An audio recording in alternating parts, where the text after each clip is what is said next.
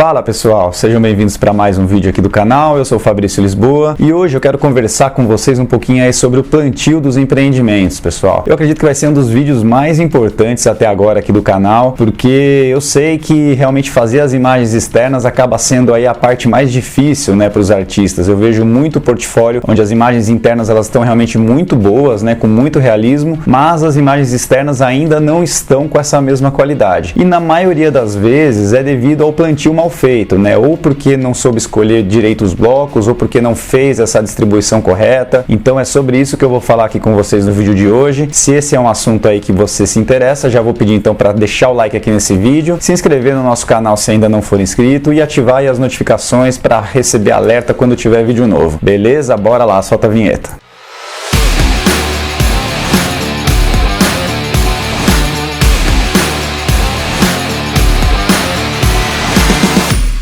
Bom galera, como eu já comentei aí em outros vídeos, né, todos os grandes empreendimentos vai ter um escritório específico de paisagismo contratado e ele que vai ser aí responsável por todas as definições da área externa, né? Então ele vai especificar aí desde os acabamentos dos pisos até os mobiliários, os equipamentos que vão ter e também vão especificar as espécies, né, que seria justamente o plantio. Basicamente o plantio ele é subdividido aí em três partes, né, que seriam as forrações, os arbustos baixos e as árvores e palmeiras. Estou colocando aqui um exemplo de um plantio que a gente recebe aí de um dos nossos parceiros. Nesse caso, esse escritório ele costuma fazer à mão mesmo, né? Se você reparar, eles imprimem a base de arquitetura e em cima dela eles vão fazendo as manchas e desenhando ali os blocos, né? Que seriam as espécies. Eles acabam usando aí cores diferentes para poder facilitar essa identificação. Tem outros escritórios que preferem fazer 100% no AutoCAD, né? Então ele vai usar ali os hatches, né? Para fazer os preenchimentos e uns bloquinhos mesmo de AutoCAD para identificar as espécies. Se você reparar,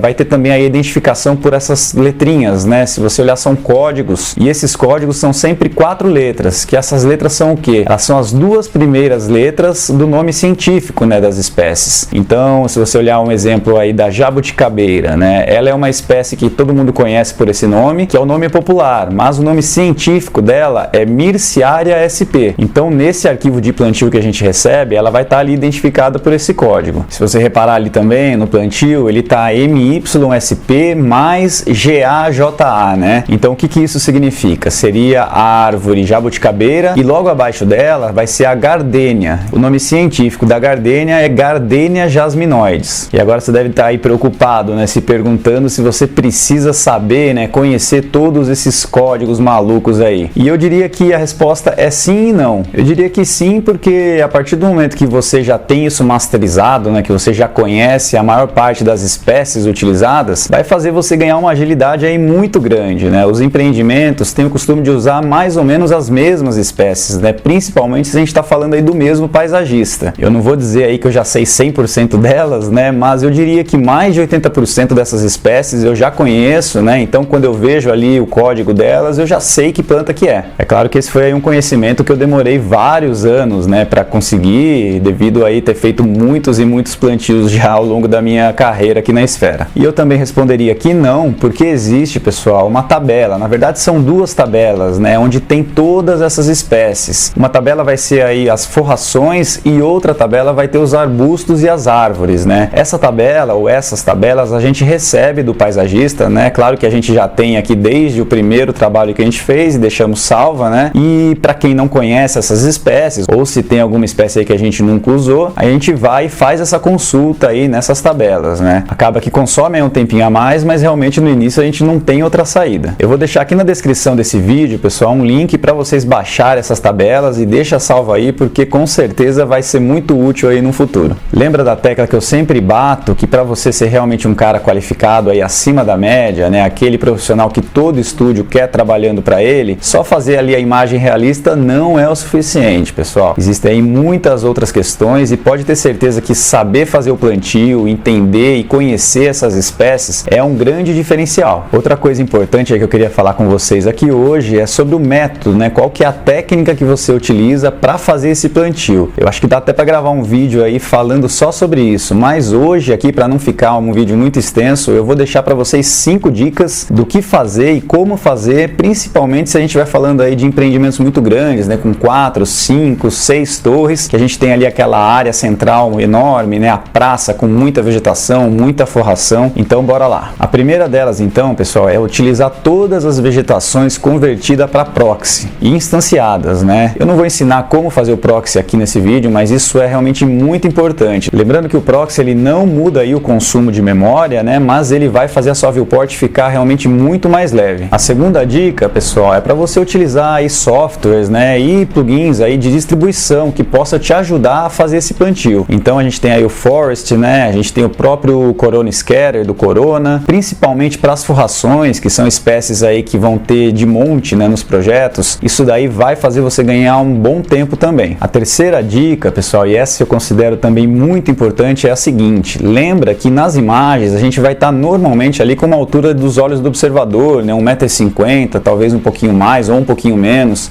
mas com exceção aí daquelas imagens de voo, né, que a gente vai estar olhando bem do alto, na maioria delas a gente acaba olhando numa situação onde as vegetações elas vão ficar meio que uma sobrepostas às outras, né? Então a gente não precisa adensar demais. Se você não toma esse cuidado, vai acabar ficando com o arquivo muito pesado, a sua viewport realmente vai acabar travando mesmo se estiver trabalhando com proxy. Então muito cuidado com isso, tá? Muito cuidado na hora de fazer esse plantio e não adensar demais sem necessidade. A quarta dica que eu quero dar para vocês é fazer essa organização por layers, né? Então eu costumo separar tudo que é forração num layer, arbustos em outro layer e as árvores e palmeiras num terceiro layer.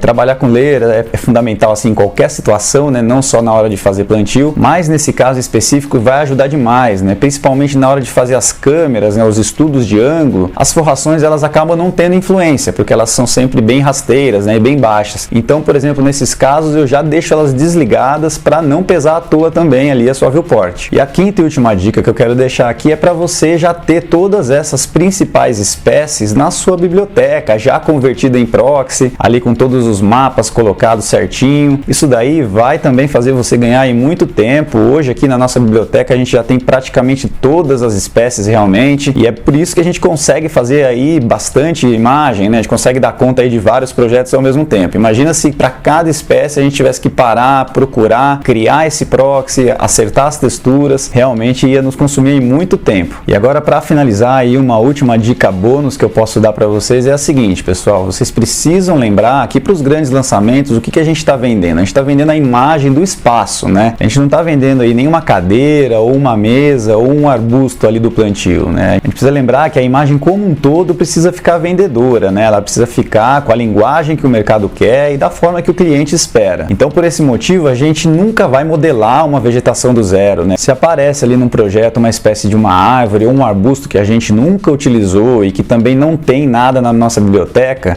a gente vai, claro, procurar para ver se tem para baixar ou se tem para comprar, e mesmo assim, se não encontrar, a gente nunca vai modelar uma vegetação do zero, né? Ou a gente vai fazer aí uma adaptação, né? Ou pegar realmente alguma coisa o mais similar possível e ajustar ali o porte, ajustar a cor, para ficar ali realmente mais próximo do especificado, sem ter que realmente gastar um tempo enorme aí de modelagem. Então o assunto do vídeo de hoje era esse. Se ficou aí alguma dúvida sobre o plantio, pode deixar aqui nos comentários que eu vou ler e vou responder todos eles. Espero aí que tenha ajudado a esclarecer um pouco mais aí sobre esse assunto. Eu fico por aqui, um grande abraço, até o próximo vídeo e manda para render.